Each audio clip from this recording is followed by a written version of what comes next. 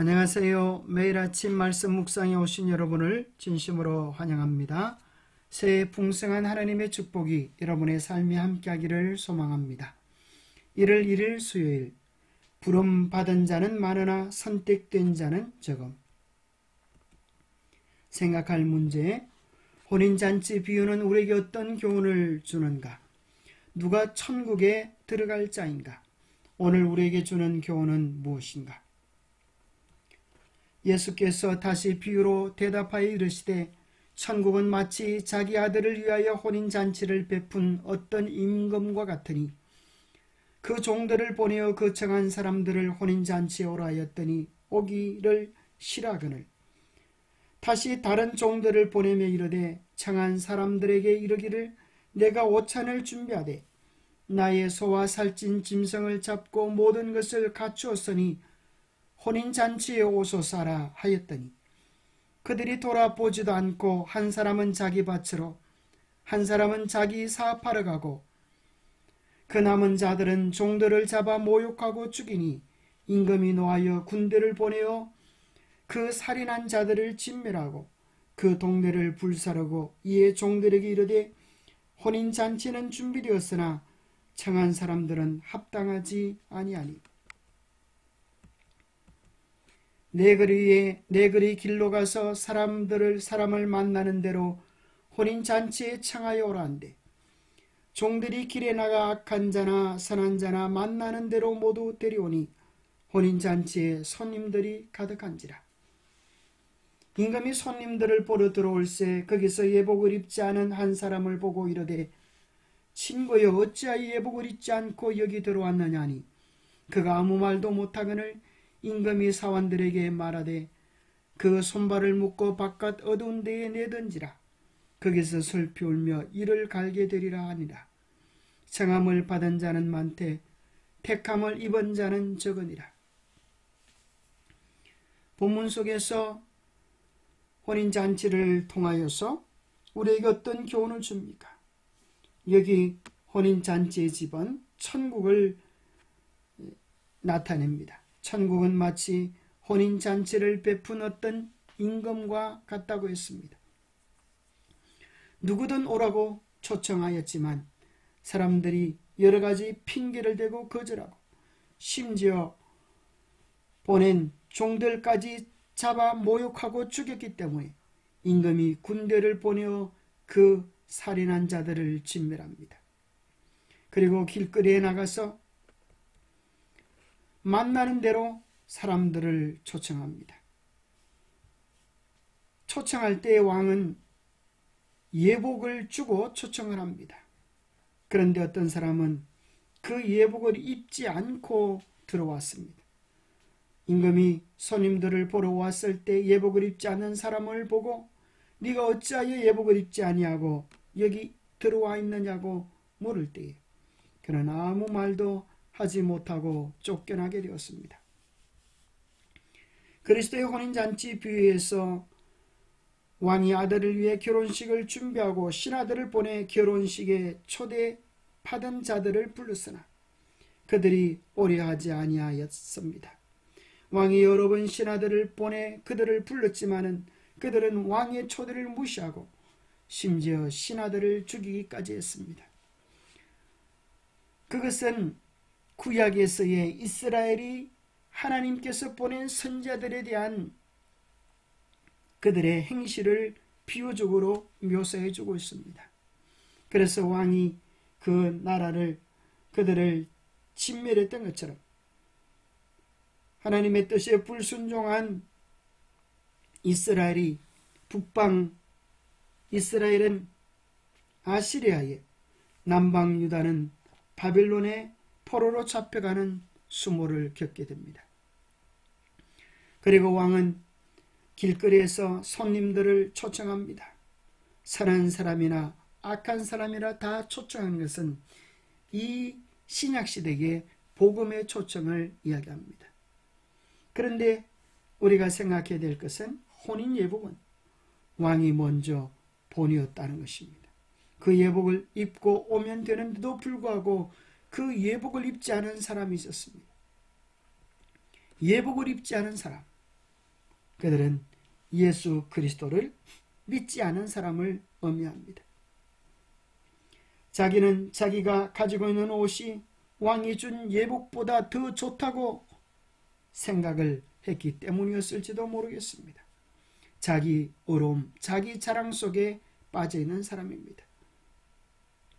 믿음이란 예수 그리스도로 옷 입는 것입니다. 로마서 13장은 이야기합니다. 밤이 깊고 낮이 가까웠으니 그러므로 우리가 어둠의 일을 벗고 빛의 갑옷을 입자.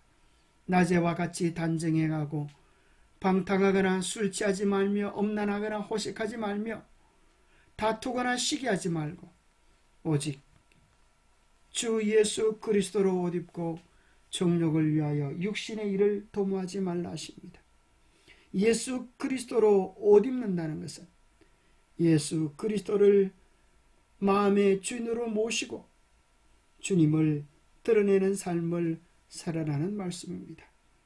그러므로 이제 그리스도 예수 안에 있는 자에게는 결코 정죄함이 없나니 이는 그리스도 예수 안에 있는 생명의 성령의 법이 죄와 사망의 법에서 너를 해방하였습니다. 예수 그리스도 안에 있을 때 우리는 생명의 구원에 이룰 수 있는 것. 그러므로 나의 사랑하는 자들아 너희가 나 있을 때뿐 아니라 더욱 지금 나 없을 때에도 항상 복종하여 두렵고 떨림으로 너희 구원을 이루라.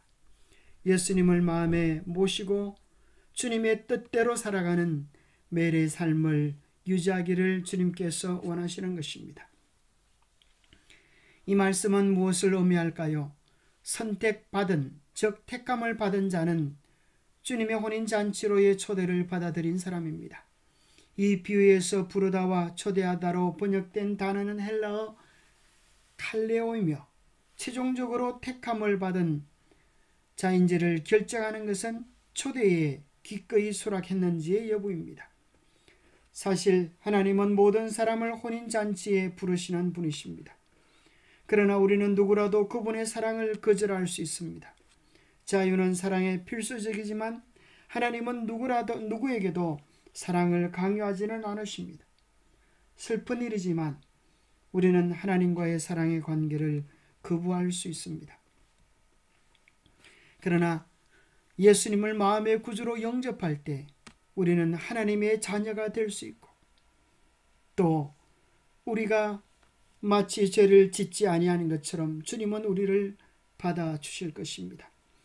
예수님은 우리를 위하여 죽으셨고 지금 예수님은 우리 죄를 벗기시고 당신의 의를 우리에게 주시려고 하십니다.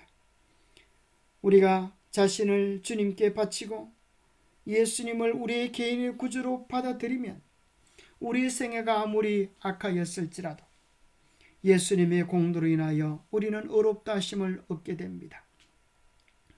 그리스도의 품성이 우리의 품성을 대신하게 되고 우리는 죄를 도무지 범하지 않은 것처럼 하나님 앞에 받아들여지는 바 되게 될 것입니다.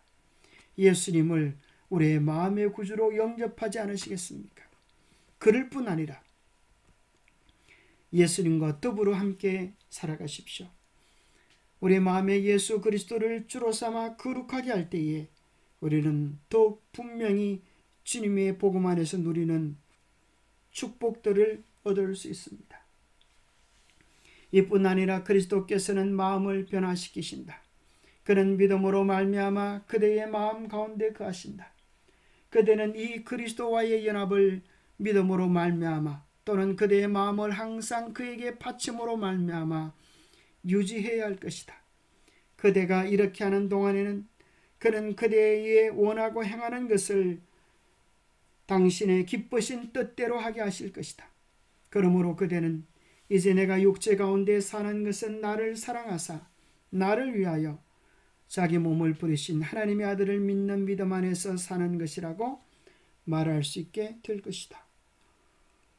매일 우리의 마음속에 주님을 모시고 주님과 교제하는 아름다운 삶을 살아가시기를 축복합니다.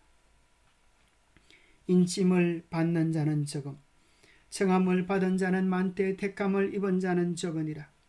많은 사람이 자비의 초청을 받고 시험을 받아 입증되고 있다. 그러나 살아계신 하나님의 인으로 인침을 받는 자는 별로 없다. 하늘나라에 들어가기 위하여 어린아이처럼 자신을 낮추는 자는 별로 없다. 자신을 낮추고 자신의 무가치함을 깊게 그리고 계속적으로 인식하면서 그리스도의 은혜를 받는 자들은 별로 없다. 기도하겠습니다. 하나님 아버지, 참으로 강요하지 않으면서 강건하여 부르시는 하나님의 사랑에 감사를 드립니다. 진정한 자유를 주신 사랑 앞에 깊은 책임을 느끼게 하여 주시옵소서. 하나님의 부름에 응할 수 있는 결심과 지혜를 주시고 성령께서 매일의 발걸음을 인도하도록 우리의 삶의 주권을 주님께 드리게 도와주옵소서. 주님과 동행하는 아름다운 삶이 우리의 새해의 삶이 되도록 하나님 같이 하여 주옵소서. 주님과 동행하며 주님 은혜 안에서 살아가는 축복의 한 해가 되도록 같이 하여 주시옵기를 우리 주 예수 그리스도로 머지하여 간절히 간구합나이다. 예수님의 초청을 받아들일 뿐 아니라 그 충만한 구원을 누리는 우리 모두가 되시기를 축복합니다. 감사합니다. 주님과 함께하는 멋진 생애 되시기 바랍니다.